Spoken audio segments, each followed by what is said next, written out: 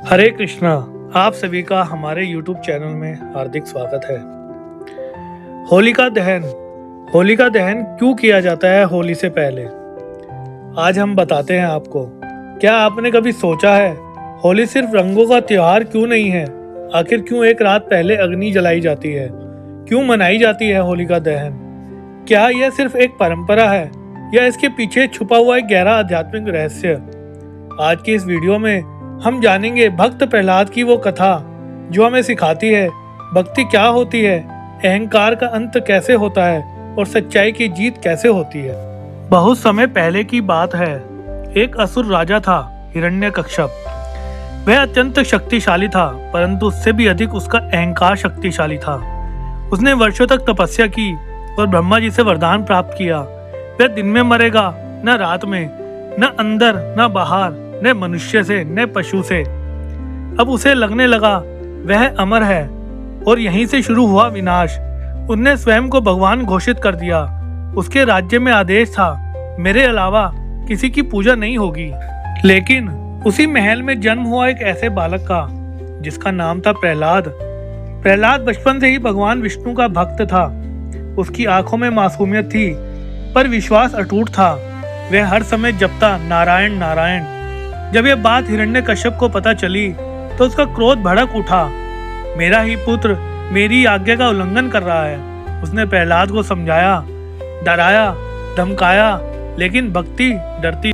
फिर हिरण्यकश्यप ने ठान लिया, यदि यह मेरी पूजा नहीं करेगा तो जीवित भी नहीं रहेगा। फिर शुरू हुए एक के बाद एक मृत्यु के प्रयास। उसे विष दिया गया, लेकिन वह अमृत बन गया। हाथियों से कुचलवाने की कोशिश हुई, पर हाथी शांत हो गए। सर्पों के बीच डाला गया, पर सर्पों ने डसा नहीं। पहाड़ से गिराया गया, लेकिन उसे खरोच तक नहीं आई। हर बार कोई अदृश्य शक्ति उसकी रक्षा करती रही। क्यों?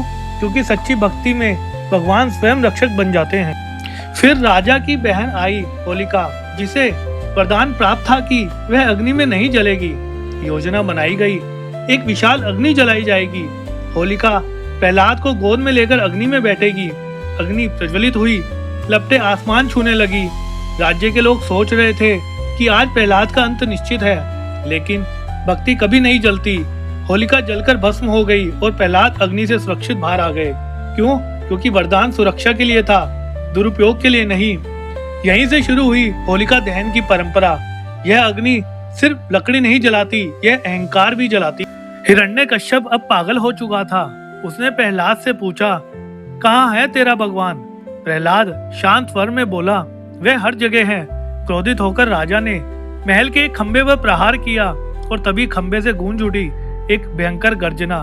प्रकट हुए भगवान नरसिंह, आधे मनुष्य आधे सिंह। संध्या का समय था, न दिन न रात। महल की चौखट पर न अंदर न बाहर उन्होंने अपने नखों से हिरण्यकश्यप का अंत कर दिया।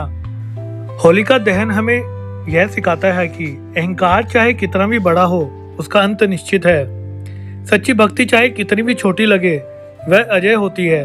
जब हम होलिका दहन करते हैं तो हमें याद रखना चाहिए, हम अपने अंदर के क्रोध को जला रहे हैं, अपनी ईर्ष्या को जला रहे हैं, अपने अहंकार को जला रहे हैं। और अगले दिन रंगों की होली इसलिए मनाई जाती है क्योंकि यह खुशी है सत्य की जीत की। तो इस होली सिर्फ रंगों से मत खेलिए, अपने मन को भी रंग दीजिए भक्ति के रंग में। अपने अंदर के हिरण्यकश्यप को जलाइए और अपने अंदर प्रहलाद को जगाइए। यही है होली का असली सच। अगर आपको यह कथा पसंद आई हो तो वीडियो को लाइक करें, अपने परिवार के साथ शेयर करें और चैनल को सब्सक्राइब जरूर करें।